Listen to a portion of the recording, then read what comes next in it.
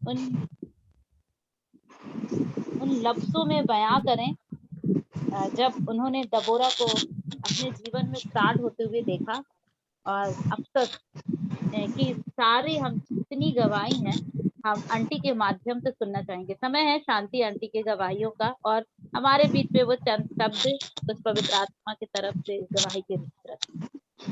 जी शांति aunty. शांति, सबसे पहले हम दबोराव का जो है अभी हम जुड़े हुए हैं, और जो पहले सबसे पहले हम ताली बजा करके हम ये प्रथम जो दबोरा स्टार्ट जिनने किए, ताली बजा कर हम इनका स्वागत करें प्रभु में। हम 2 मिनट की अनम्यूट करके हम ताली बजा सकते हैं।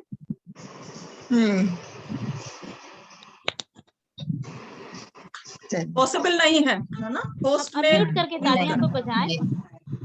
होस्ट ने अनम्यूट करा है ना। क्यों? क्योंकि ये नींव है। समय है शांति आंटी का। मैं परमेश्वर पिता को बहुत बहुत धन्यवाद देती हूँ उसके अनुग्रह के लिए, उसके इस अनुग्रह के लिए। मेरी आवाज आ रही है? जी जी क्लियर है। हाँ, तो मैं परमेश्वर पिता को बहुत बहुत धन्यवाद देती हूँ क्योंकि उसने मुझे मौका दिया कि मैं दबोरा ग्रुप में अपनी गवाही को दे सकूं। सबसे पहले मैं ये बताऊंगी कि सीमा से मेरी मुलाकात किस प्रकार हुई। 1996 यानी 96 बहुत 24-25 साल हो रहे। उस समय मेरे पति की मृत्यु हुई थी, तो मैं बहुत परेशान रहती थी, अंधकार में चली गई थी। यानी दिन रात सोचती रहती थी कि ईश्वर कोई है या नहीं। ये सवाल बार बार मेरे मन में आता था और मैं बहुत परेशान थी उन दिनों में। और एक दिन मैं बैंक गई और वहां पर मैं बैठी हुई थी बैंक में, तो मेरे पास वाली सीट पर मधु दीदी, जिसको मधु चौधरी कहते हैं, अभी ये इस ग्रुप में आई होंगी, हैं सीमा? मधु दीदी आई हैं? हेलो? देखना पड़ेगा। हाँ आप बोलिए, मैं चेक करती हूँ। हाँ, तो वो आई हुई थी, वो पड़ोस में पास में बैठ गई और उन्होंने मुझे अपने फॉर्म में भरने लगी और उन्होंने 97 लिख दिया। डेट मुझे याद नहीं है, जनवरी का महीना था, जनवरी 97। तो मेरी नजर पड़ी तो मैंने उनको कही कि आपने ये 97 लिख दिया, 98 चल रहा है। तो सॉरी बोली और उन्होंने फिर से फॉर्म भरा और मुझे फॉर्म भरने के बाद मुझे ऊपर से नीचे तक देखा और बोलती हैं कि मैं आपसे बात कर सकती हूँ? तो मैंने कही करिए। तो बोलती है कि मैं प्रेयर पार्टनर ढूंढ रही हूँ, आप प्रेयर करेंगी? तो मैंने बोला कि मेरे से नहीं बनता। तो बोले कोई बात नहीं, मैं सिखाऊंगी। और इस प्रकार उन्होंने, मैं उनके घर गई और धीरे धीरे करके वो एक दिन वो सीमा चार्ल्स के यहाँ ले गई। और जब मैं उनके ग्रुप में गई तो मैं उनकी प्रार्थना को सुन करके इतनी आश्चर्यचकित हो गई, मैंने आनंद से भर गई। मैं सच बोलती हूँ कि मैं आनंद से भर गई और उस दिन से मैंने फैसला किया कि मैं इस ग्रुप को ज्वाइन करूंगी। और सीमा से दोस्ती उसी समय से हुई। 98 में मैं सीमा के साथ जुड़ गई और ईश्वर का धन्यवाद करती हूँ कि उसने मेरी तकलीफों को जाना और सीमा के साथ रहते हुए मैंने बहुत कार्य किए। हमें एक छोटे से घर में डिसलवा कंपाउंड में रहती थी और वहां पे सीमा आती थी और वहां के आधे कैथलिक लोग थे और आधे हिंदू लोग थे और वहां पर सीमा ने प्रचार किया और बहुत से लोग आशीष को पाए। मैं धन्यवाद देती हूँ ईश्वर का कि उस समय पवित्र आत्मा ने ऐसा कार्य किया है कि मैं बता नहीं सकती। संडे स्कूल भी हम लोग चलाते थे और इस प्रकार वहां पर एक राजपूत फैमिली है जो प्रभु में आई, और उनका लड़का जो राहुल है वो प्रभु में आया, और पूरा परिवार ने प्रभु यीशु को ग्रहण किया। और इस प्रकार हम उसके साथ साथ रहे। और धन्यवाद देती हूँ, मेरे स्कूल जो 12 बजे छूट जाता था, पहले स्कूल जो था 12 बजे तक का होता था, सुबह का स्कूल लगता था। अभी तो बाद में खैर 12 बजे का हो गया, 4 बजे तक लगता था, पर पहले की बात बता रही हूँ कि उस समय स्कूल जो था वो सुबह का लगता था, और 12 बजे मैं फ्री हो जाती थी, और घर में आकर के खाना वाना खा करके 3-4 बजे सीमा का फोन आता था। मेरे पास फोन नहीं था, पड़ोस में जो दुकान वाला था वो बताता था कि सीमा मैडम का फोन आया है, और मैं उनके साथ फोन को अटेंड करती, और सीमा बोलती कि मैं यहाँ चलना है, और हम लोग को नहीं मालूम रहता था कि कहाँ जाना है, और हम लोग रोज प्रतिदिन वहाँ कहीं पर भी जहाँ पर पवित्र आत्मा ले जाता हम लोग जाते थे, और इस प्रकार बहुत सेवा वो की। मैं ईश्वर का धन्यवाद देती हूँ, मधु दीदी के साथ रह करके बहुत वचन को सीखी, और धन्यवाद देती हूँ। प्रार्थना यात्रा करे हम लोग ने, और उस समय पवित्र आत्मा ने ऐसा हम लोग के मन में डाला कि प्रार्थना यात्रा करें, और हम लोग 2 व्हीलर में सुबह 5 या 6 बजे निकल जाते थे और पूरे शहर में घूमते थे। इतना आनंद आता था कि मैं बता नहीं सकती, और उस आनंद को मैं आज बांट रही हूँ। धन्यवाद देती हूँ ईश्वर का कि उसने हम लोग की सहायता की, और हम लोग प्रार्थना यात्रा कर सके। और धन्यवाद देती हूँ, सीमा मेरे से बहुत छोटी है, और परंतु मैं गर्व के साथ कह सकती हूँ कि उसने उसके अंदर बोझ डाला ईश्वर ने, और जो आज वो बहुत ईश्वर के काम कर रही है। और धन्यवाद देती हूँ इस बहन का प्रभु, और जो भजन संहिता 68:11 के अनुसार शुभ समाचार सुनाने वाली सेना इकट्ठी होगी, ये वचन को लेकर के वो चल रही है। और हमारे दबोरा ग्रुप, पहले जो हम लोग चलते थे दबोरा ग्रुप में, निकोलस और मिसेस सिंह, लता सिंह और मंजू भाभी और मधु दीदी और जो भी बहनें थी, हम सबका धन्यवाद करते हैं। और आज हम धन्यवाद देते हैं यीशु, धन्यवाद स्वामी, हालेलुया, स्तुति करते, तारीफ करते, जय जयकार करते यीशु, धन्यवाद धन्यवाद धन्यवाद।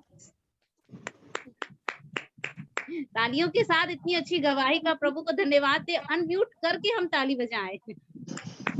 कल्पना थोड़ा, कल्पना होस्ट ने अनम्यूट करा है कुछ दूसरे उससे, इसीलिए मुश्किल है थोड़ा सा ना सबको अनम्यूट करना। सुंदर गवाही के लिए प्रभु का धन्यवाद। आंटी की एक चीज मुझे जो बहुत हार्ट पे टचिंग हुई, और वो ये थी कि जब उनसे किसी ने पूछा कि क्या आप मेरे साथ प्रार्थना करेंगे, तो उनका जवाब था मुझे नहीं आता। इतनी क्लियर, मतलब सोच भी नहीं सकते थे कितनी क्लियर भाषा में उन्होंने कहा मुझे नहीं आता। आज के अगर हम शांति आंटी को देखेंगे तो उनके द्वारा परमेश्वर ने जबलपुर क्षेत्र से बाहर तक बहुत कार्य को आंटी इस दबोरा के माध्यम, ये दबोरा सीमा आंटी से लेके, यानी मिसेस चार्ल्स से लेके और शांति आंटी से लेकर के नहीं सीमित रहा। ये दबोरा इतना बढ़ गया कि आज हम इस जूम में जबलपुर से लेके मध्य प्रदेश से लेके महाराष्ट्र, छत्तीसगढ़ और देश और विदेशों से जो है जुड़ गया। मैं इसके बारे में तो ज्यादा अधिक जानकारी जितनी नहीं दे पाऊंगी। हम स्वयं चलेंगे सीमा आंटी के पास। सीमा आंटी से हम आज जानेंगे कि ये दबोरा की स्थापना उनके मन में कैसे प्रभु ने डाला, कहाँ से डाला, क्यों डाला और क्यों ये खड़े गए। ये जो क्वेश्चन मार्क है जो, वो आज उस क्वेश्चन मार्क का आंसर हमारे बीच में ये दबोरा की जो है कहानी आएगी।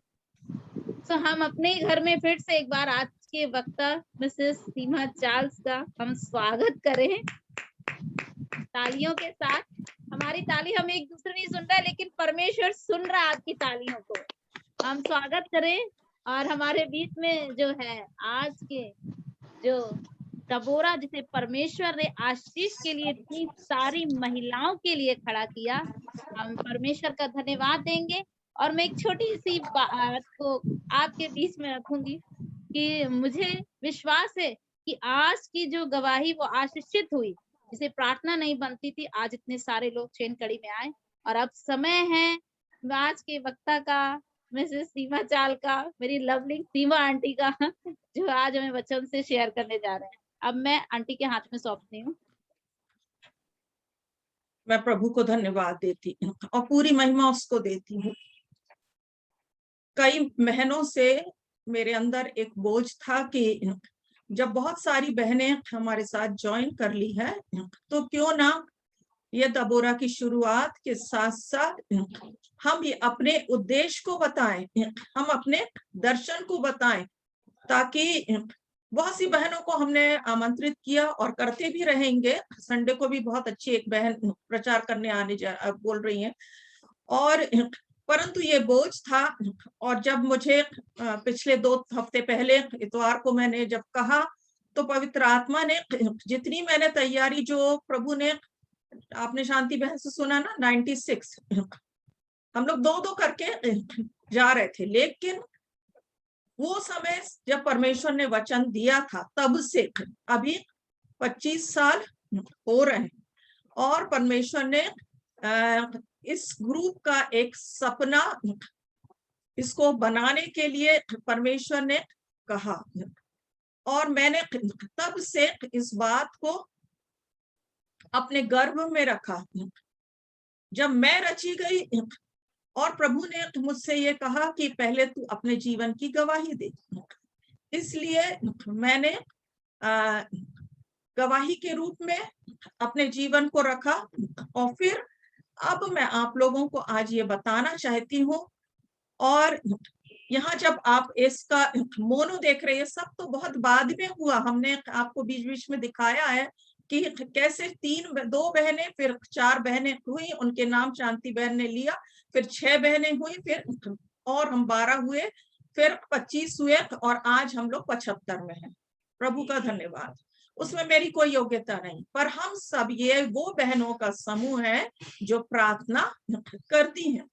प्रेइंग वुमेन, प्रेइंग मतलब जो प्रार्थना करने वाली बहनों का समूह है, चाहे वो वर्ल्ड की हो, चाहे किसी प्रांत की हो, किसी शहर की हो। यदि वो प्रभु के सामने और कुछ नहीं कर सकती, तो जब वो प्रार्थना करेंगी, तो सचमुच में उस प्रार्थना के द्वारा पूरा दुनिया, आपका शहर और सब कुछ बदल जाएगा। शांति बहन ने बताया कि हम लोग पद यात्रा, प्रार्थना यात्रा करते थे। और मैं आप लोग को, आज मधु दीदी नहीं है, नहीं तो मधु दीदी खुद मुंह से बताती कि 650-700 ऐसे गढ़ वो 1-2 वर्ष में ढाए गए हैं। आइए हम और भी बातों को देखेंगे आगे, प्रभु हमारे जीवन से और क्या चाहता है। और ये समूह जो है, ये समूह को परमेश्वर ने बनाया है।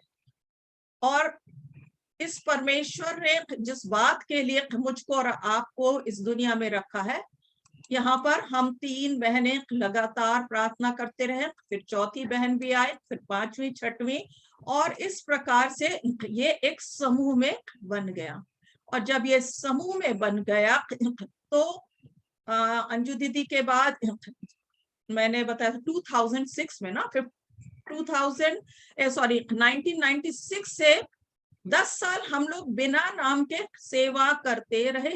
हमें कोई पदवी नहीं चाहिए थी, हमें कोई ग्रुप की आइडेंटिटी नहीं चाहिए थी, हमें सिर्फ एक बर्डन था और हम प्रभु के लिए उस काम को करते रहे गुप्त में। और आज भी दबोरा ग्रुप को बहुत लोग नहीं जानते, और ये क्योंकि जूम आ गया इसलिए हम फेसबुक और ये सब हम करने लगे तो बहुत से लोग सेवाओं को जानते, लेकिन गुप्त में हम उस प्रतिफल को पाना चाहते थे और प्रभु ने हमें वो प्रतिफल दिया। दबोरा के नाम का अर्थ होता है व्यस्त मधुमक्खी। क्या होता है? व्यस्त मधुमक्खी। वो मधुमक्खी क्या करती है? दिन भर काम करती है, रात भर काम करती है, और करते करते क्या बना लेती है? एक छत्ता बना लेती है, और उस छत्ते में और भी बहुत सी मधुमक्खियां जमा हो जाती हैं। और वो सिर्फ गॉसिप करने के लिए नहीं, वो सिर्फ झुंड पर में रह करके अपना ठहराव नहीं करती, लेकिन उनका एक उद्देश्य होता है। और वो उद्देश्य आज भजन संहिता आप निकाल लीजिए जो 68 और उसकी 10वीं आयत से, जितना प्रभु ने मुझे, जब हम प्रार्थना में थे मधु दी के घर में ही, मैं अकेले जब प्रार्थना करने गई थी, वहां मुझे ये भजन का ये पूरा पैराबल दिया परमेश्वर ने, ये पूरा 5-6 वर्सेस दिए जिसमें उस बात को दर्शाया गया है। तो यहाँ पर यदि आप मैं पढ़ती हूँ, वहां पर बोलता है, मैं 9वें से पढ़ूंगी, हे परमेश्वर तूने बहुत से वरदान बरसाए हैं। आपके पास वरदान? कौन ऐसा व्यक्ति है, कौन ऐसी बहन है जिनको परमेश्वर ने आशीष नहीं दी, वरदान नहीं दिया? आप सबके पास किसी ना किसी प्रकार का वरदान है, वरदान को पहचानने की आवश्यकता है। वो बोलता है तेरा निज भाग तो बहुत सूखा था। जब हम अपने वरदानों का उपयोग नहीं करते तो निश्चय आप अपने आप को ऐसे ही सूखा महसूस करते है ना। जिसको गीत गाना आता और नया अवसर मिलता तो वो बोलता गया, वो पहले हमने शादी के पहले गा लिया, अब अवसर नहीं है तो हमारे पास समय नहीं है तो हम नहीं करेंगे।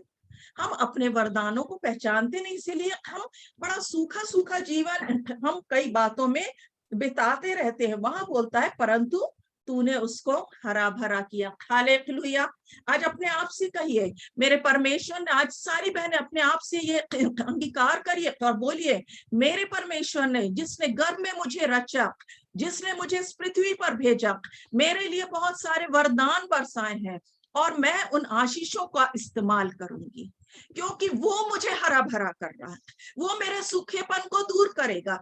और ना सिर्फ वो मुझको मेरे जीवन के सूनेपन को दूर करेगा, वो मुझे हरा भरा करेगा, पर मेरे द्वारा जीवन के जल की नदियां बहने पाएंगी। हालेलुया। आप कहिए, आपके अंगीकार में, आपकी जुबान में जीवन और मृत्यु है। आप जैसा सोचोगे, आप जैसा बोलोगे, आप जैसा अधिकार रखोगे, परमेश्वर आपके लिए करता जाएगा। ये आज की और कल की बात नहीं है कि अचानक से लॉकडाउन में लोग इकट्ठे हो गए और दुआ प्रार्थना करने लगे, परंतु 25 वर्ष हम जुबली उबली नहीं मना रहे, लेकिन हमारे पास ऐसी सैकड़ों गवाहियां हैं, ऐसी कई बहनें हैं जिनके जीवन बदले हैं, ऐसे बहुत से परिवार हैं जिन्हें दिशा मिली है। वो सूखापन जो मेरी जिंदगी में था, वो सूखापन, अकेलापन जो शांति बहन के जीवन में था, वो आवश्यकताएं जो मंजू बहन के जीवन में थी, जब घुटनों पे हम 3 बहनें मिलकर के प्रार्थना करते थे तो परमेश्वर ने हमारी प्रार्थनाओं को सुना। और एक ही बोझ था कि हम 3 से 3 और 6 हो जाए और हम और 9 हो जाए, और इस प्रकार से परमेश्वर ने हमें एक छोटी सी मधुमक्खी की तरह इस्तेमाल किया और वो झुंड बढ़ता गया। और वो मधुमक्खियां आज एक झुंड में, इस झुंड को किसने बनाया? परमेश्वर ने बनाया। वो बोला तूने उसको हरा भरा किया, मेरे परमेश्वर ने उसको दृढ़ करा, उसे बनाया है। 10वीं आयत में बोलता है तेरा झुंड उसमें बसने लगा। हालेलुया। ये सीमा चार्ल्स का झुंड नहीं है। मैं चाहती हूँ, जैसे बहुत से लोग अपनी मिनिस्ट्रीज कहते हैं, सेवकाई कहते हैं, बुराई कुछ भी नहीं है, लेकिन मुझे कोई नाम नहीं चाहिए, मुझे कोई पद नहीं चाहिए। परमेश्वर जो जिस बात के लिए मुझे रखा है वो सेवा करना है। यहाँ और भी मधुमक्खियों की आवश्यकता, यहाँ और भी बहुत से लोगों की जरूरत है जो झुंड में रह के सीखती हैं, काम करती हैं। और वो तब प्रभु का वचन कहता है कि हे परमेश्वर, तूने अपनी भलाई से दीन जन के लिए तैयारी करी। आप अपने लिए कहिए, प्रभु ने जो हरा भरा किया है, आज परमेश्वर मेरे अंदर उस दीनता को देखे कि मेरे द्वारा परमेश्वर उस भलाई को दूसरों पर प्रकट करने पाए। वो भलाई क्या है? ये मधुमक्खियां जब इकट्ठी हुई तो ये क्या करती हैं? शहद बनाती। शहद, इनका एक ही एम है, इकट्ठे होके भुनभुनाना नहीं। वो किसी को नुकसान ऐसे नहीं पहुंचाती। यदि उनको छेड़ोगे तो वो एक नहीं, झुंड में ऐसा काम कर जाएगी कि सामने वाले की मृत्यु भी हो जाती है। किसी ने, प्रभु के दास ने एक बार कैरव्स में बहुत पास्टर्स के साथ, और मैं और ग्रेसी बुआ और रेवरेंड लूक थी लेडीज में, और उन्होंने ये बोला, हाथी बड़ा कि मधुमक्खी? और आप भी अपने आप से बता सकते कि हाथी बड़ा या मधुमक्खी। हम कहेंगे हाथी बड़ा। लेकिन जब झुंड की झुंड वो हाथी पर हमला करती, उसकी सूंड में घुस जाए, उसके कान में घुस जाए, उसे काटे, एक व्यक्ति के पीछे पड़ जाए, तो सब कुछ, वो बड़ापन सब खत्म हो जाता। हालेलुया। प्रभु ने एक आत्मा को, एक जीव को एक झुंड में रख करके बहुत कुछ करने की योग्यता दी है। वो कैसे, क्या काम कर रही है? शहद बना रही। शहद क्या होता? खाने में मीठा, बीमारी के समय में दवाई का काम। और क्या होता? पौष्टिक होता। दुबला पतला, गोरा नारा, फेशियल, जो कुछ करना, बहुत ही क्या है? वैल्यूएबल है। आज प्रभु झुंड में रखकर हम मधुमक्खियों को इस्तेमाल करें कि हम प्रभु के लिए बहुत ही शक्तिशाली, सामर्थी, पौष्टिक ऐसे चीज को बनाएं। बैठ करके पॉलिटिक्स करने के लिए नहीं, बैठ करके किसी को नीचा दिखाने के लिए नहीं, गॉसिप करने के लिए नहीं, समय ना बर्बाद करें, लेकिन एक उद्देश्य जो प्रभु ने मेरे और आपके जीवन के लिए रखा है कि हमें प्रभु के लिए जीना है, और जीना मसीह और मर जाना लाभ हो। जब ये दूसरा वचन के बाद हम 11वीं आयत में जाएंगे, वहां बोलता है, प्रभु आज्ञा देता है तब शुभ समाचार सुनाने वालियों की, क्या लिखा है? बड़ी सेना हो जाती है। वही सेना मधुमक्खियों की सतर है, वो झुंड। जब सीमा देगी आज्ञा तो नहीं होगा काम। जब पवित्र आत्मा करेगा, जब पवित्र आत्मा आज्ञा देगा, जब मेरा प्रभु बोलेगा, जब उसका इंतजार आप करोगे, आपके जीवन में परमेश्वर अद्भुत अद्भुत और अद्भुत काम करेगा। हालेलुया। क्या है? शुभ समाचार सुनाना। बहुत से लोग सुनाते हैं, पर क्या बोल रहा है? शुभ समाचार सुनाने वालियों, स्त्रीलिंग, बाइबल में ही लिखा। एक स्त्री दूसरी स्त्री को, दूसरी तीसरी को, और एक परिवार, क्योंकि हम जानते बुद्धिमान स्त्री घर को बनाती, एक स्त्री दूसरे को जब बनाती तो एक परिवार में दूसरा परिवार प्रभु में आता है। और इस तरह से आज हम देख रहे हैं कि हम लोग धीरे धीरे क्या हो रहे हैं? एक सेना में भर्ती होते जा रहे हैं। इसको हिब्रू में जो लिखा हुआ मैंने वहां पर, और इंग्लिश में भी लिखा है, तो इस तरह से हम जान सकते हैं कि एक आर्मी कंपनी या एक बड़ी सेना, सेना शब्द ऐसे नहीं, सेना मतलब क्या होना है उसमें, सैनिक, एक सैनिक, दो सैनिक, ऐसा नहीं, परंतु सैनिक अकेले ही सेवा नहीं, लड़ाई नहीं लड़ सकता। एक सैनिक अकेले ही नगर की रक्षा नहीं कर सकता। एक सैनिक अकेले ही पूरे देश के लिए खड़ा नहीं हो सकता। क्या है, ऐसे बहुत सी टुकड़ियां हैं, ऐसे झुंड चाहिए, ऐसे सैनिक चाहिए। और वो सैनिक मैं और आप, आज प्रभु को आवश्यकता है। जॉब चाहिए ना, आप बोलेंगे कमाने के लिए, कईयों ने पूछवाया पिछले एक मैसेज के बाद, क्या दबोरा झुंड किसी की मदद करेगा? पैसे नहीं है, आपको स्वेच्छा से समर्पित होके अपना जीवन का बलिदान करना। और अब हम देखेंगे कि एक सैनिक की जरूरत नहीं, परंतु और भी सैनिकों की जरूरत है। वो सैनिकों में क्या योग्यता होना चाहिए? यदि समय हो जाएगा तो मैं खत्म कर दूंगी बीच में, और हम तीसरे भाग में जब मुझे अवसर मिलेगा तब हम जाएंगे। तो हमारे अंदर, एक सैनिक के अंदर क्या योग्यता होना चाहिए? सबसे पहली बात, वो सैनिक मानसिक रूप से स्वस्थ होना चाहिए, तैयार होना चाहिए कि उसको जाना है सेना में, भर्ती होना है या नहीं होना, उसे सेवा करना है या नहीं करना, उसे प्रभु के पास आकर के कुछ करना है या नहीं करना। यदि चर्च गोइंग बने रहना है, आराधक बने रहना है, घर में अकेले बैठना है, नो प्रॉब्लम। लेकिन परमेश्वर ये चाहता है कि हम उठ खड़े हों दबोरा की तरह, और हम झुंड में हो करके प्रभु के लिए उसकी महिमा का कारण बने। तो मानसिकता आपकी, यदि बोले ना माइंड सेट, यदि आपकी प्रिपरेशन है कि सुबह मुझे उठ करके ये काम करना, आप आसानी से करोगे। आपके यदि उसमें हेर फेर हो जाती है तो हमारे चिड़चिड़ापन आता, हमें प्रॉब्लम लगती है। यदि आप पूर्ण रीति से अपने मन में इस बात के लिए तैयार हो कि आपको प्रभु की सेवा करना है, तो ये बहनों का वही झुंड है। जैसे आपको मालूम है कि कौन थी सैनिक बन करके गई थी? दबोरा। दबोरा वो सैनिक बन करके गई थी बारात के साथ। पूरी कहानी आप लोग को पता हो गई।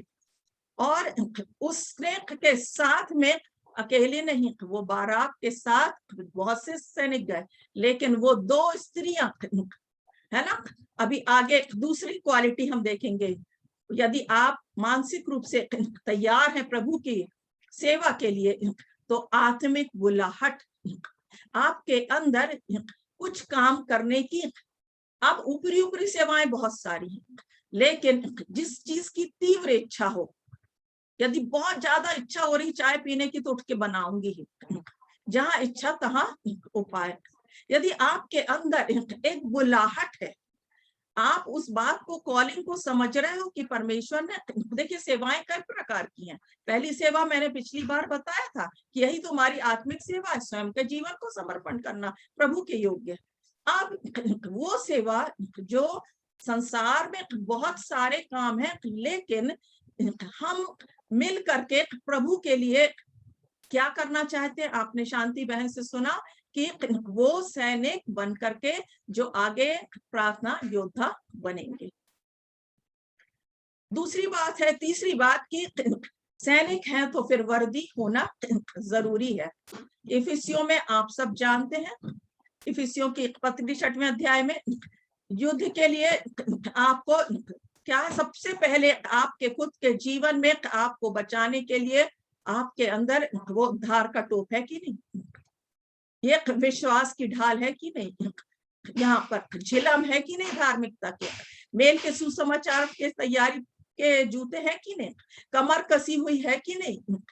और परमेश्वर का वचन जीवित है, जो दोधारी तलवार से भी अधिक चोखा है, वो आपके जीवन में पाया जाना चाहिए। और यदि आप इस तरह से पूर्ण रीति से लैस है, तो आप अपने साथ क्या लाएंगे? अधिकार। हालेलुया। अधिकार, कैसा अधिकार? जब चौक पे हम यहाँ से गाड़ी चला के जा रहे हैं, हमारे पॉकेट में लाइसेंस नहीं है, हमने देखा एक चौक पे चेकिंग हो रही है, वो वर्दी में खड़े हुए कुछ पुलिस वाले हैं, दाएं बाएं से या तो आप गाड़ी पलटाओगे या पैसा दोगे, रसीद कटाओगे। यदि उद्धार का टोप है, आत्मा की तलवार है, आपने ये सारी वर्दी को पहन करके रखा है, तो बहुत से ऐसे दुष्ट की शक्तियां भी आपकी वर्दी के साथ जो अधिकार है उसको देख करके डरेंगे, कांपेंगे और आपके जिंदगी में नहीं आएंगे। उस अधिकार का उपयोग मुझको और आपको करना है। प्रभु यीशु मसीह ने कहा जाओ और जा करके चेला बनाओ। उनको चेलों को बुलाया और बोला दो दो करके तुम जाओ, और क्या बोला? पृथ्वी, स्वर्ग और पृथ्वी का सारा अधिकार मैं तुम्हें देता हूं। जब सारा अधिकार मिल गया तो उस अधिकार का उपयोग क्यों नहीं? परंतु हम अपने अधिकारों का सदुपयोग करना सीखें। क्या काम करता है? नेक्स्ट पॉइंट में एक ये पूरी सैनिक है या एक सैनिक हो, सबका काम ड्यूटी एक ही है, रक्षा करना, पहरा देना, है ना, कठिनाई के समय में युद्ध लड़ लेना। और यदि आप अपने नगर के लिए, आप अपने देश के लिए, आप अपने गांव के लिए जो सूने पड़े हैं, आप यदि उसमें दबोरा बन करके, प्रभु की एक योद्धा बन करके आप काम करना चाहती हैं, तो परमेश्वर के सिंहासन के सामने आपका स्वागत है और इस समूह में भी आपका स्वागत है। फिर सैनिक हैं, अधिकार को उपयोग कर रहे हैं, यदि हम प्रॉपर तरीके से, तो फिर क्या होगा? हम जीतेंगे भी। हालेलुया। विजय देने वाला हमारा परमेश्वर है, युद्ध में हमारे साथ रहने वाला, हमें आगे आगे चलाने वाला हमारा परमेश्वर है। सैनिक के अंदर हियाव भरने वाला, बल देने वाला, शक्ति देने वाला विजय यहोवा ही की ओर से मिलती है। युद्ध के लिए घोड़ा तैयार हो जाता है, लेकिन क्या होता है? विजय यहोवा की ओर से मिलती है। और बहुत सारे युद्ध होते हैं, हम मारकाट नहीं करते, हम किसी और बात में नहीं जाते, लेकिन हम क्या, कैसा युद्ध, और हम क्या करते हैं? हम प्रार्थना योद्धा। एक योद्धा जो सैनिक की तरह, प्रार्थना योद्धा को सैनिक की तरह व्यवहार करना।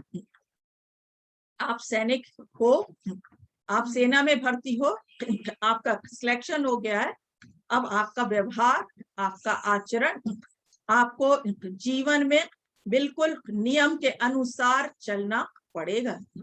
प्रभु के लिए आप जैसा वचन कहेगा, आपको उस वचन के अनुसार अपने जीवन को बिताना ही पड़ेगा। भोर को उठ के प्रार्थना, सुबह की प्रार्थना, रात्रि की प्रार्थना और निरंतर प्रार्थना, और ऐसे आपके जीवन में जागृत होके आपको प्रार्थना करना पड़ेगा। थोड़ा सा समय मैं प्रार्थना के ऊपर कहना चाहती हूँ कि हमें यदि बुलाहट है कि हम, अक्सर मैंने सुना बहुत सारी बहनों से कि हम कुछ नहीं कर सकते तो हम प्रार्थना तो कर सकते, और ये बात बिल्कुल 100% सही है कि हम मसीही हैं तो हमें प्रार्थना करना, हम यदि गैर मसीही हैं तो भी हमें प्रार्थना करना, देश की रक्षा के लिए, मंत्रियों के लिए, सैनिकों के लिए, दूसरे बीमारों के लिए, सबकी सुरक्षा, सबकी भलाई के लिए हमें आगे आना है और उनके लिए गुप्त में प्रार्थना करना। पर कैसे? जागृत रह के। हालेलुया। अलर्ट। यीशु मसीह ने जब जा रहे थे तो क्या बोला? चेलों से जागते और प्रार्थना करते रहो, सोते हुए नहीं, ऊँघते हुए नहीं, परंतु जागते हुए। जागते हुए आप मतलब आजू बाजू की परिस्थितियों को देखिए, घर को देखिए, न्यूज़पेपर को उठाइए, न्यूज़ यदि टीवी में सुन रहे हैं यदि मोबाइल का इस्तेमाल करते, वेबसाइट का, कहाँ बाढ़ आ गई, कहाँ किसको जरूरत है, और इस तरह से जब हम अलर्ट रहते हैं तो बहुत सी चीजों को हम सीख लेते हैं, और हमें हर समय यही जो इफिसियों में बोलता, हर समय आत्मा में प्रार्थना भी करते रहना है। फिर थिस्सलुनियों में भी बोलता है कैसे करना है, निरंतर। अब बहुत कठिन है निरंतर, लेकिन बहुत सी बहनों ने आके प्रार्थना के बारे में बताया, घुटने टेक के जरूर प्रार्थना, रात्रि की प्रार्थना, सुबह की प्रार्थना, लेकिन आप निरंतर भी कर सकते हैं, क्योंकि आपका एटीट्यूड, आप ट्यून अप हो गए। मैं पढ़ रही थी तो दानियल दिन में कितनी बार, 3 बार विरोधी परिस्थितियां हैं तो भी खिड़की खोल करके प्रार्थना कर रहा। वो बोझ, वो समर्पणता को लेकर के यदि आप प्रार्थना करेंगे, और क्यों कर पाया, दाऊद बोलता है कि मैं दिन में 7 बार तेरे धर्म में दाहिने हाथ में मैं वहां रहता हूँ। प्रभु के सामने स्तुति और बड़ाई, बर्तन धोते धोते, कपड़ा धोते धोते हमारा ध्यान प्रभु में लीन रहे। हम जब प्रभु से हमारी कनेक्टिविटी बनी रहेगी, हमारा संबंध बना रहेगा, जो चाहो मांगो तुम्हारे लिए हो जाएगा। लंबी लंबी जरूरत नहीं है, छोटी सी प्रार्थना बहुत बड़ा परिवर्तन को लेके आती है। वो प्रार्थना प्रभु यीशु के नाम से परमेश्वर की महिमा के लिए आप निरंतर कर सकते हैं। उसकी स्तुति निरंतर मेरे मुख से होती रहे। आप सब प्रार्थना योद्धा है, बहुत सी बहनें इस प्रार्थना के विषय में जानती हैं। कभी और अवसर रहा तो सिर्फ प्रार्थना के विषय पे हम लोग अध्ययन करेंगे, और जैसे दिन भर वो मधुमक्खियां शहद बनाने में लगी रहती, हमारा काम भी वही है कि हम प्रभु के लिए ऐसे मेहनत को करते रहे, हार्डवर्क को करते रहे, प्रार्थना करते रहे, जागृत रहे, जिससे क्या हो, दूसरों की सहायता हो। अस्पताल में पड़े हुए हैं, बीमार हैं, दुखी लोग हैं, बाढ़ से घिरे हुए लोग हैं, हम नहीं जा सकते, हमारे मन में दुख है, पीड़ा है, हम कुछ नहीं कर सकते, लेकिन हमारा परमेश्वर करेगा। हम उसको पुकारेंगे, जिंदे परमेश्वर को, और वो दूसरों की सहायता को उपलब्ध कराएगा। बहुत सी गवाहियां हैं, परंतु यदि मैं उसके पॉइंट्स के डिटेल में चली जाऊंगी तो मैं अपनी पूरी बात को, इस अध्याय की कुछ मुख्य आयतों को नहीं बता पाऊंगी।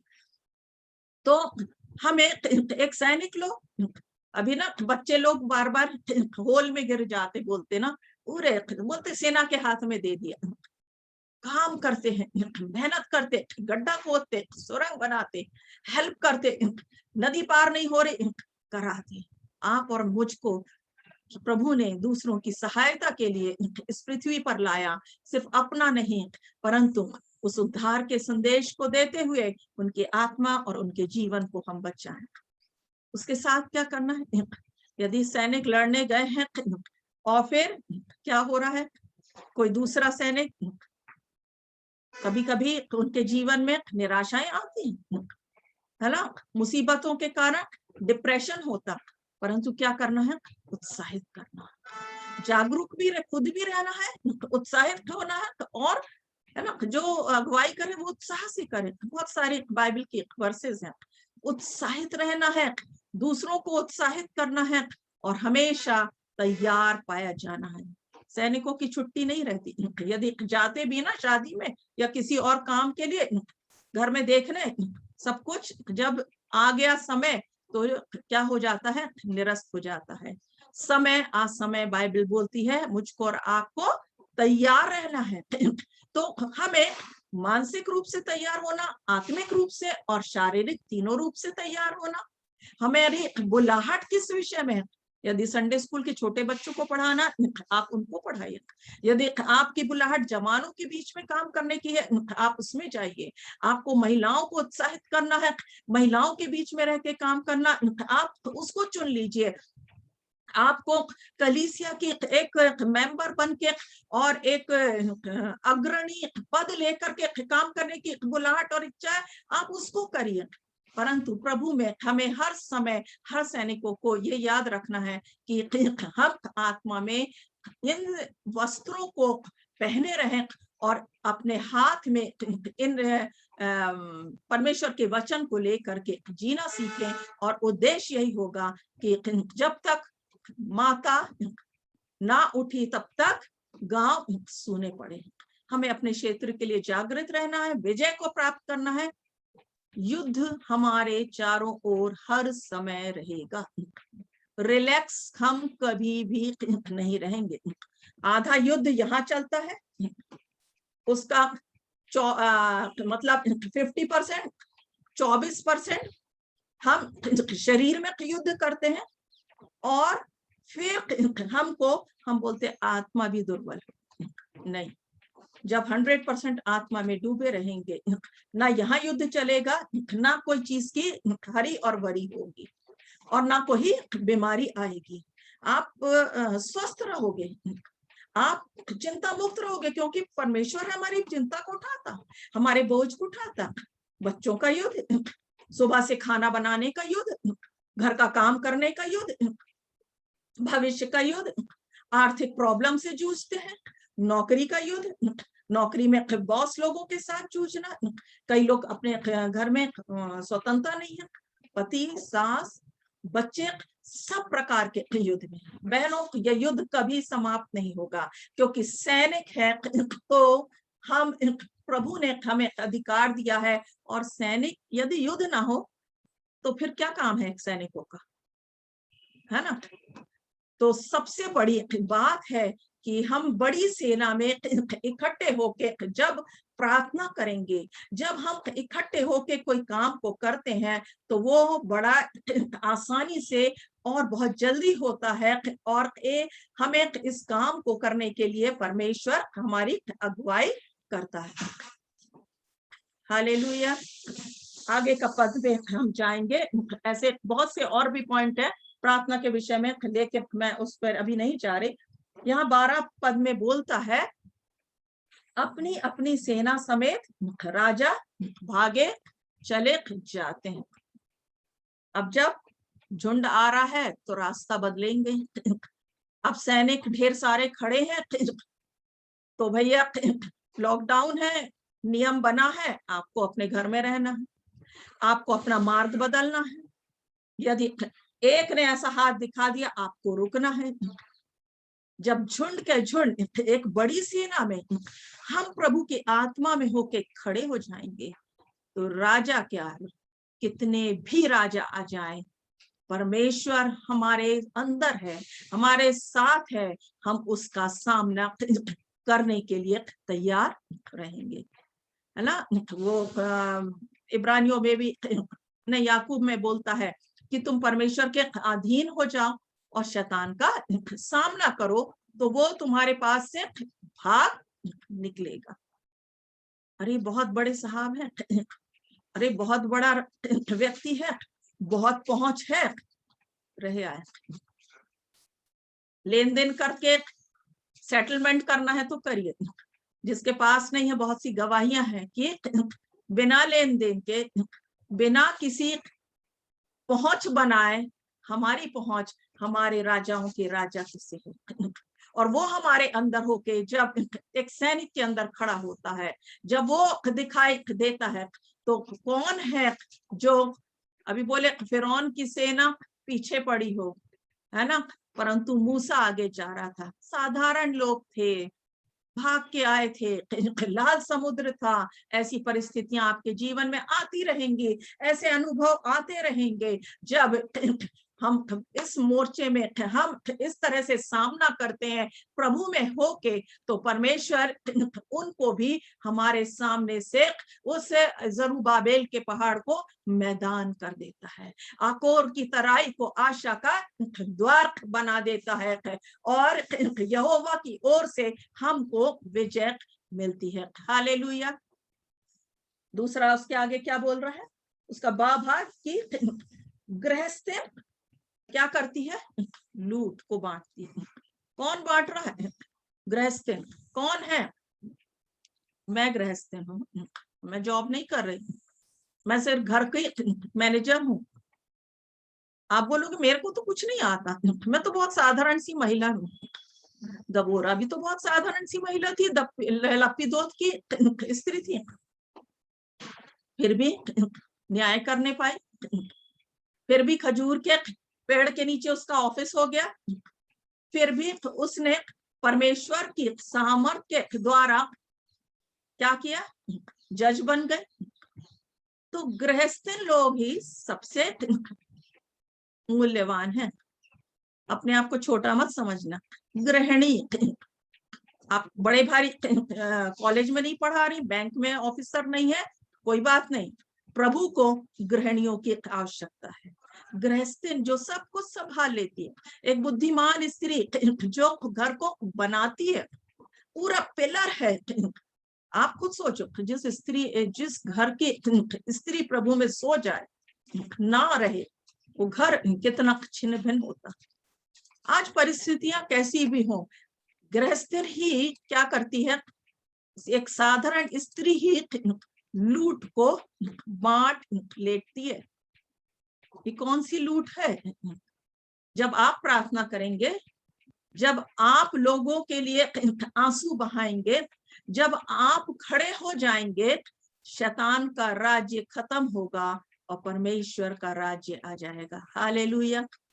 लोगों को शैतान के राज्य से लूट लूट करके आप उन्हें परमेश्वर के राज्य में लाने वाली वो गृहिणी वो साधारण स्त्रियां बन जाएंगी। हालेलुया। बोलिए, मैं प्रभु के सामने साधारण हूँ। जगत के मूर्खों को चुन लिया कि ज्ञानवान के ज्ञान को लज्जित करो।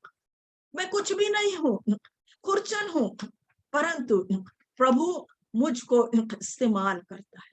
हमारे पास बहुत सारी बहनों की गवाहियां हैं, हम समय समय पे सुनते हैं और सुनने भी पाएंगे। आप घर में भी रह करके आप लूट को बांट लोगे। और एक सैनिक जो खाना बनाते हैं, कुछ लोग सामान ढो के लेके आते हैं, कुछ लोग पानी का इंतजाम करते हैं, सबको बराबर का की विजय मिलती है। हालेलुया। एक टीम वर्क है ना, जिसने छक्का मार के जिताया, जो रन आउट होकर के फिर भी क्या हो गया, टीम को जिता लाया। टीम का एक और दो व्यक्ति की नहीं, पूरी टीम की प्रशंसा होती है। आज मेरा परमेश्वर आपका इंतजार कर रहा है। वो चाहता है कि हम ऐसे लोगों को जो प्रभु में नहीं है, हम उनके लिए आंसू बहाएं, हम उनके लिए प्रार्थनाएं करें, हम उनके सामने, हम अपने परमेश्वर के सामने उनको लेकर के आए। और जब हम उन्हें लेके आएंगे, 13वीं आयत क्या बोलती है, क्या भेड़शालों के बीच लेट जाओगे?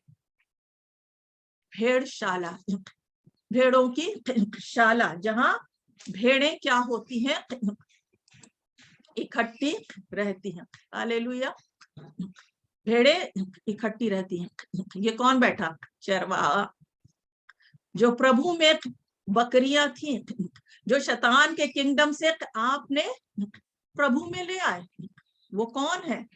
अब भेड़ों का स्वभाव। और उन सबको इकट्ठा करके आप उन्हें सिखाइए, आप उन्हें समझाइए, और ये क्या है, चरवाहे बन करके आप उन्हें हरी चराई भी खिलाइए, पिलाइए, समझाइए और वचन से, और उनकी चौकीदारी भी करिए। और यहाँ क्या बोलता, क्या तुम भेड़शालों के बीच में लेट जाओगे? क्या आपके पास लज्जा है? आपको ये लगेगा कैसे बात करती है, कैसे काम करूं, यदि मैं फलाने के घर में जाऊंगी तो लोग क्या सोचेंगे, वो तो ऐसे चाल चलन का है, वो वैसे है, बहुत सारी बातें, मैं अकेले कैसे जाऊं? संकोच दूर करना है। प्रभु बोलता है निसंकोच। प्रभु के लिए कुछ मिले या ना मिले, प्रभु को महिमा मिलती रहे। निसंकोच, अपने लिए नहीं, उस प्रभु के लिए आप बहुत सारी आत्माओं को बचाएं, उनके लिए आप मेहनत करें, आप जाएं।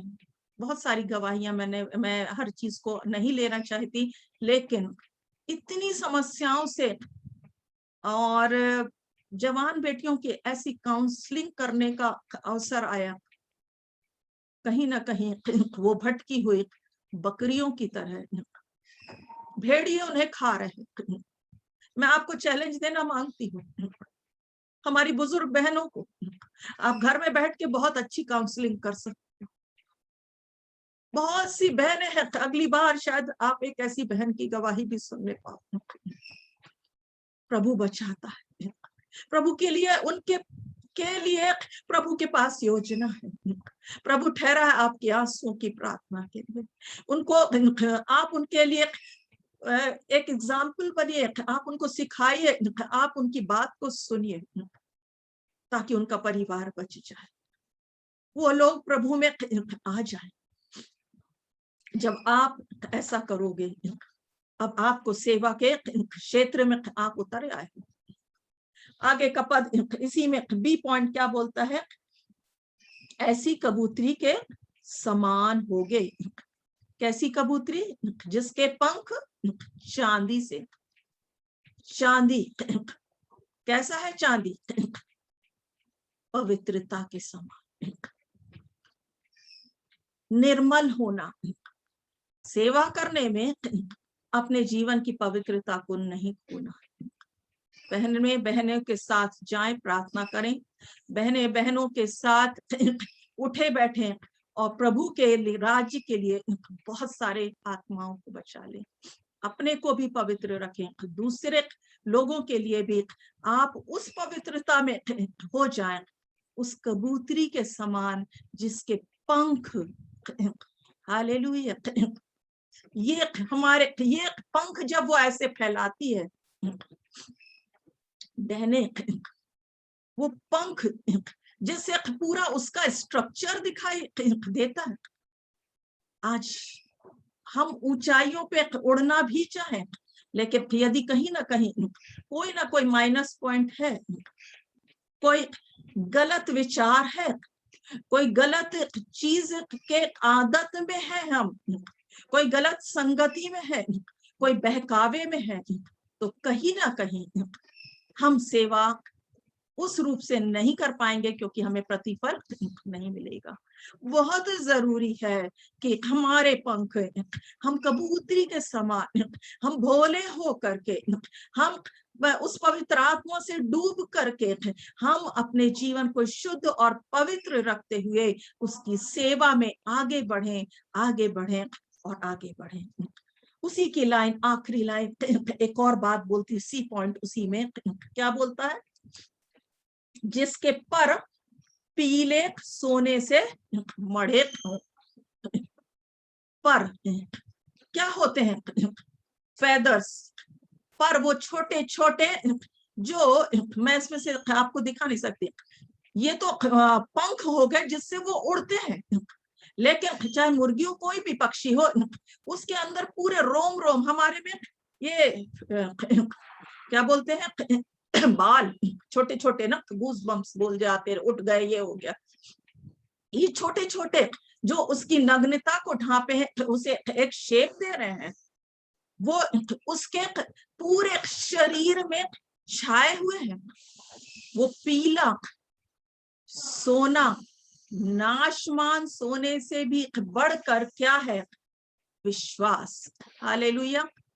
सेवा जब करना है, पवित्रता से आप फील्ड पे भी आ गए, लेकिन आपके पास यदि विश्वास की ढाल नहीं है, आपके जीवन में यदि विश्वास नहीं है, आपकी आत्मा में विश्वास नहीं है, तो आप कहीं ना कहीं सेवा को नहीं कर पाओगे। ऊपर से कर लोगे, रिपोर्ट भेजने वाली कर लोगे, संचालन लिखा हुआ रहेगा, आप कर लोगे, प्रार्थना लिखी हुई होगी, आप कर लोगे। आत्मा में विश्वास के साथ जागृत होकर के प्रार्थना करते हुए विश्वास से जो कुछ मांगो वो तुम्हारे लिए हो जाएगा। हालेलुया। बिना विश्वास कोई भी प्रार्थना सफल नहीं होगी और ना ही सेवकाई बढ़ेगी। प्रभु चाहता है कि हम अपने दर्शन को स्पष्ट कर लें। यदि आप में से निकाल लेंगे, मैंने इस पे नहीं लिखा है, हबक्कूक और उसकी दूसरी आयत, दूसरे अध्याय और उसकी पहली आयत जहां बोलता है, मैं अपने पहरे पर खड़ा रहूंगा और गुम्मट पर चढ़कर ठहरा रहूंगा और ताकता रहूंगा कि प्रभु वो मुझसे क्या कहेगा और मैं अपने दिए हुए उलाहना के विषय क्या उत्तर दूं। कंफ्यूज ना रहे क्या बोल रहा है, परमेश्वर की आवाज को सुने, अपने दर्शन को क्लियर करें। दूसरे पद में बोलता है, यहोवा ने मुझसे कहा दर्शन की बातें लिख ले। यदि प्रभु ने आपको किसी और बात को काम करने का दर्शन दिया, क्योंकि बाइबल ये भी बोलती जहां दर्शन नहीं वहां प्रजा निरंकुश हो जाती है। इसलिए एक दर्शन के साथ सेवा में बढ़ना बहुत जरूरी बात है। और वो दर्शन क्या बोलता है, पटियाओं पर साफ साफ लिख ले कि दौड़ते हुए भी वो सहजता से पढ़ी जाए, क्योंकि इस दर्शन की बात नियत समय में पूरी होने वाली है, वरन इसके पूरे होने का समय वेग से आता है। इसमें धोखा ना होगा, चाहे इसमें विलंब भी हो तो भी उसकी बाट जोते रहना, क्योंकि वह निश्चय पूरी होगी, निश्चय पूरी होगी। विलंब हो रहा है, हमने 10 साल परवाह नहीं करी, हमने 20 साल परवाह नहीं करी, लेकिन वो 20 और 25 साल प्रार्थनाओं को बड़ी सेना नहीं थी, अभी भी नहीं है जो होना, लेकिन उस बड़ी सेना को बनने के लिए हमें इंतजार करना, पर हमारा दर्शन साफ है, हमारा उद्देश्य बड़ा क्लियर है, क्योंकि यह निश्चय पूरी होगी, मेरा प्रभु से पूरा करेगा और उसमें वो देर ना करेगा। हमें इसमें निराश नहीं होना है। यदि आपको प्रभु ने कोई दर्शन दिया, सेवा का दर्शन होना बहुत ही जरूरी है। दबोरा बहन, हमारा पहला दर्शन यही है कि प्रत्येक बहनें जो दबोरा समूह में ज्वाइन करती हैं, वो एक कैसे हो, सैनिक की तरह, प्रार्थना योद्धा की तरह, परमेश्वर के लिए, राज्य को लाने के लिए अपने शहर में, अपने प्रांत में परमेश्वर के लिए खड़ी हो जाएं, परमेश्वर के लिए आत्माओं को बचाएं और परमेश्वर के राज्य के लिए अपने आप को तैयार करके उसके राज्य की स्थापना करें। हालेलुया। एक शिष्य की तरह यदि आप प्रभु की सेवा करना चाहते हो पवित्रता से और परमेश्वर में होकर, साधारण महिला क्यों ना हो। एक बात और मैं आगे जल्दी से बता करके खत्म करूंगी। ये आप एक चित्र देख रहे हैं, क्या चित्र है, आप भी अपनी उंगली निकाल सकते हो, आप भी उस अंगूठे को देख सकते हो, और आपके आसपास यदि कोई चीज है तो आप इस उंगली से उस चीज को उठाइए। मेरे पास यहाँ पेन है, मैं कोशिश करके इस उंगली को उपयोग कर रही हूँ, आप उसे उठाइए या आप कुछ कोशिश करिए।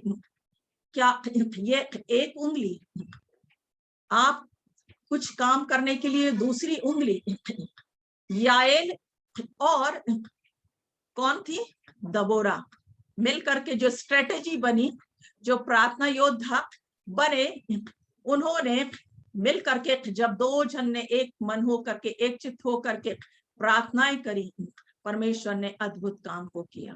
मैं उस विषय पे नहीं जा रही प्रार्थना के, परंतु मैं ये कहूंगी कि हम अकेले होके कई बार हम संकोच कर जाते, हम कुछ नहीं कर पाते। इसलिए जैसे शांति बहन हर समय हमारे साथ में रही, फिजिकल, आत्मिक, हमारा मन मिल गया, इवन हम प्रार्थना में क्या करना चाह रहे हैं, कौन सा पॉइंट पवित्र आत्मा दे रहा, पलक झपकते हुए, तो आपको क्या करना है, अपने लिए एक प्रेयर पार्टनर ढूंढना है। यदि नहीं है तो आप मांगिए परमेश्वर से। हमने मांगा और परमेश्वर ने एक नहीं, परमेश्वर धीरे धीरे दो भी दे देता है। और जब आप अकेले काम नहीं कर पाओगे तो आप दो जन मिल करके हफ्ते में एक बार, दो बार, रोज जैसा भी आप प्रार्थना करोगे, आप प्रार्थना कर सकते हो। अब एक और चित्र है, इस चित्र को आप ध्यान से देखिए, इसमें क्या क्या चीजें दिखाई दे रही हैं। वक्त नहीं है कि मैं आपसे पूछूं, लेकिन इस चित्र को बड़े ध्यान से देखिए। एक उंगली 2 उंगली, 5 उंगली, 10 उंगली, पूरे हाथ, दोनों हाथ, और एक व्यक्ति ऊपर दिखाई दे रहा है, चट्टान पर खड़ा हुआ है, और नीचे कोई दूसरा है जो शायद हवा में, जिसके नीचे आधार नहीं है, उसको बल के साथ ऊपर खींच रहा है। यदि आप अकेले कई कामों को नहीं कर पाते तो दबोरा की वो 5 बहनें, वो 10 बहनें, वो 20 बहनें, वो सारे परिश्रम को जब हम एक साथ करेंगे, वो कहाँ जुड़ी है? उंगलियां हमारे हाथ में जुड़ी है। आप सीख करके अलग कर सकते हो। मुझे कभी भी इनसिक्योर मैंने फील नहीं किया। बहुत से लोग आए, सीखे, जो ठहरने वाले होते हैं प्रभु की ओर से, वो ठहरते हैं और सेवा में सहयोग करते। जो नहीं ठहरना चाहते, अपना अलग, वो अलग कर सकते। सिखाना मेरा काम है। मैं खुद प्रभु की प्रॉपर्टी हूँ, तो मैं क्यों अपनी सील ठप्पा करूं? ये संस्था नहीं है, ये कोई बहुत बड़ी बात है नहीं है। ये एक दर्शन है कि यदि हम सब मिल करके प्रभु में प्रार्थना करके जो आज नीचे गिरे हुए हैं उनको उठाएं।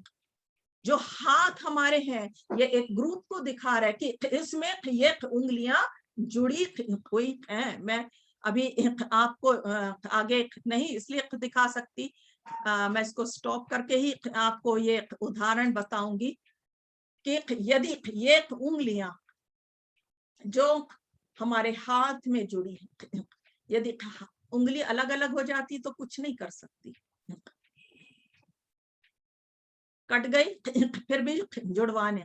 सेंसेशन, वो बोन, वो ताकत, जब हम समूह में रहते हैं, जब हम इकट्ठे होकर के काम करते हैं, परमेश्वर का आत्मा दुगनी सामर्थ से काम करता है।